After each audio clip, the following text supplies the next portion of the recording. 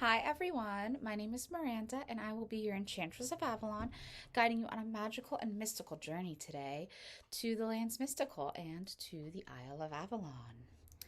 Okay, so you might notice I'm slightly different configuration. I've decided to start streaming on my couch instead of over on the chair that I normally sit on.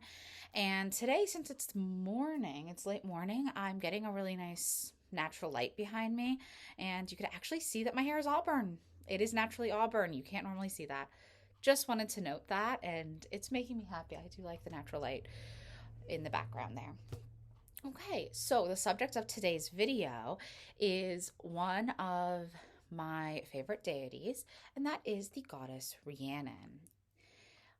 Many of you will have heard her name. Certainly, anyone who is a fan of Stevie Nicks and her music, or just Fleetwood Mac in general, has heard the name Rhiannon from the famous song. It was on the self titled Fleetwood Mac album, and it was written by Stevie Nicks, and it really is her anthem.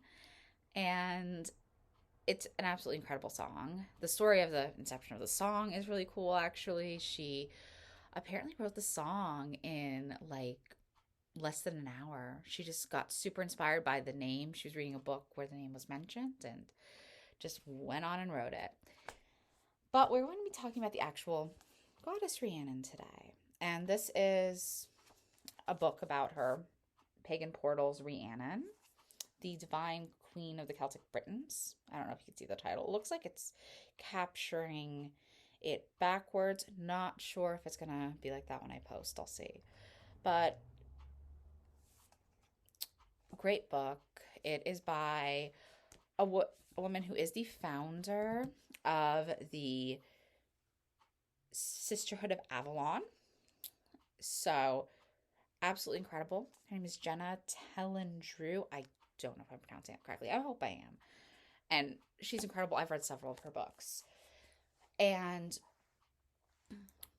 in her Avalonian studies, she works with five goddesses: Rhiannon, Blodeuwedd, Ceridwen, Erinrod, and Bronwyn. So they're all Welsh Celtic goddesses. Today, I do want to focus on Rhiannon. So, yay on that. Rhiannon's story is one of personal sovereignty, and also the culminated wife is very important to her tale. She becomes culminated wife. So she starts off in her tale.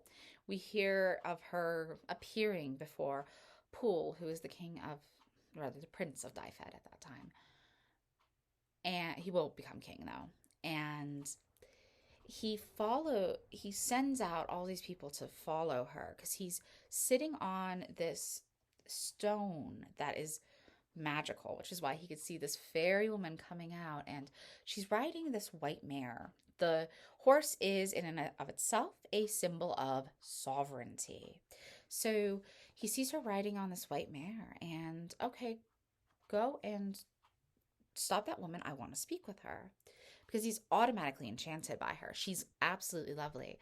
She's clothed in gold, and she's just shining and gorgeous.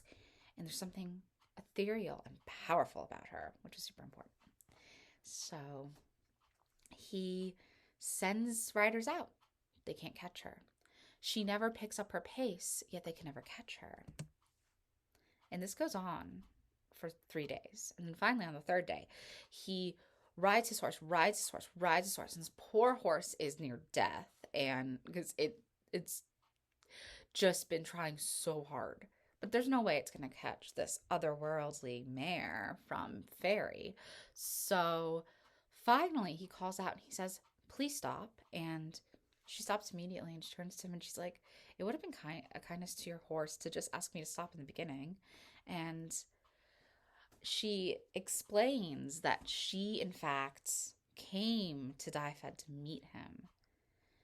She was contracted into a marriage that she didn't want in her home realm, which we learn is a fairy realm. This is all said kind of between the lines. And she's never actually referred to as a goddess. She is one, but not referred to as one. This was very common in the medieval period when these stories were written down. These are oral traditions that get passed for many generations. So, just a brief side note there. Anyway, she explains to him her situation. I don't want to marry this man my father wants me to marry. So, okay, yeah, I'll marry you.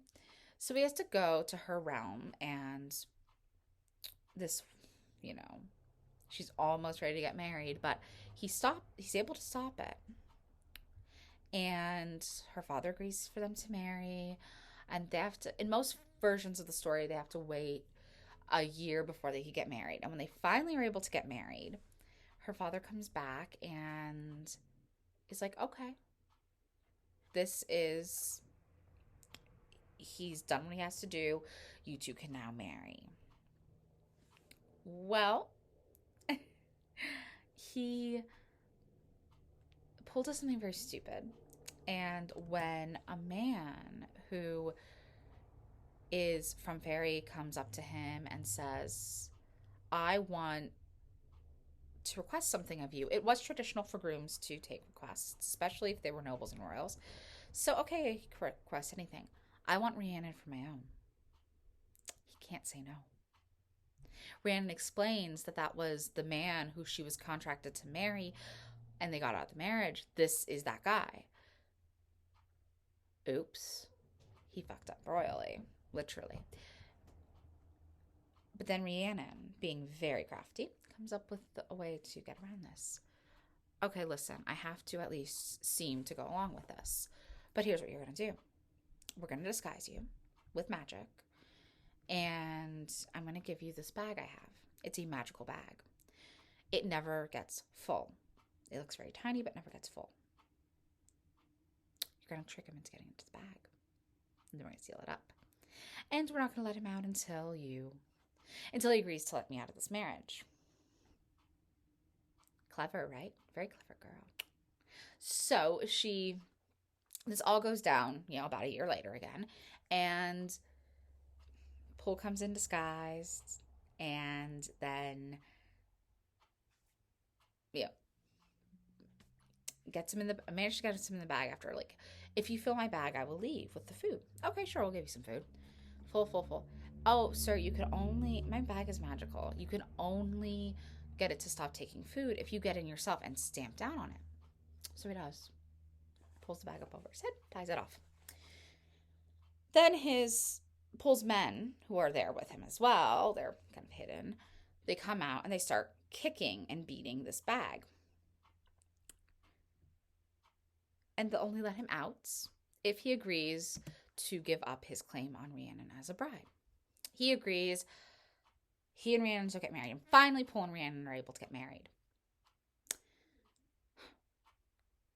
They're married for about 3 years when she gets pregnant, and they were close to saying, oh, well, she's infertile. You should probably set her aside. And right at that time, that's when she gets pregnant. She gives birth without any issue to a son who is not named when he is taken, but he ends up becoming named Pryderi. And he's taken when Rhiannon is asleep after his birth, and there were many nurses that were supposed to guard him. They all either fell asleep or were out of the room, and he got taken. Now, we do learn that the person that took him and left him on this, in the stable, and he was found by a noble who was raising him as his own, and only found out when they found out that Rhiannon had lost her son, and years had gone by, and Rhiannon's punishment was terrible because the nurses blamed her, and they smeared puppy blood all over her and said that she had killed and eaten her own baby. Yes, this is fucked up, and no, she did not do this. She tried to tell her husband, he didn't believe her. But her punishment wasn't death, which should have been her punishment. But since Poole loved her so much, she gave her a punishment of having to stand out at the gate, on a scaffold at the gates coming into the kingdom. And she had to tell anyone who came in, if they did not know her story, she had to tell them that she killed her own son and ate him. and offer them rides on her back. Most wouldn't allow her to take her to ride on her back, but yeah, some did. And this was supposed to go on for 7 years. In some versions, it does. In other versions, he's brought back before the 7 years have passed. That's why 7 is a sacred number to Rhiannon, and it's also why horses are sacred, because you see not only was she riding a horse, but now she's acting as a horse. Okay, anyway, moving forward. I'm just going to quickly wrap up. I'm going to go over the first part of her story in this video, as I'm seeing I'm at 10 minutes. So I'm going to probably do a couple videos on her. Pryderi's brought back, and she's reinstated as queen again. And she is, no longer being tortured in this way. And she does forgive Poole. And this is the big deal about Rhiannon as a mother, is that Rhiannon, or rather, not just as a mother, but Rhiannon as a goddess figure. And what we can learn from her story, which is, even in times of strife, if we hold our head high and do what we have to do and work through the hard times, we can get to the next place where we're no longer in that bad circumstance. And Rhiannon held her head high and dealt with her punishment until she could say, I was right, I never harmed my child. And he was brought back to her. So she does get rewarded for her perseverance and for not letting them win, in a way. And that's the point of Rhiannon's story that most people feel really drawn to. It's obviously an incredibly inspirational part of her story. I said I might do another video. I don't know if I will. I'm just going to quick go over this. After Poole's death, Pryderi becomes king. He fights in a war against the Irish and with some other royals against the Irish. And he ends up meeting a man who becomes Rhiannon's second husband. He arranges it, but she has to approve, and she does. And then they have some adventures, Rhiannon and her husband, and Poole and his wife, Pryderi and his wife.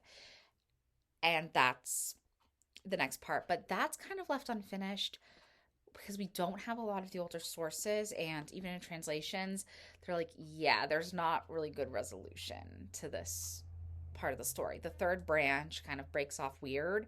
And that's where this is told in. The story I covered in depth is the first branch of the Mabinogion.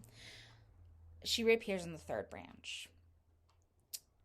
Yeah, if I do another video, it's going to be on not her story, but on aspects and things that are important to her. So, yeah. I'm going to finish off this video. I'm Miranda. I've been your Enchantress of Avalon, and I will see you next week. But I am going to do a second video. I definitely am.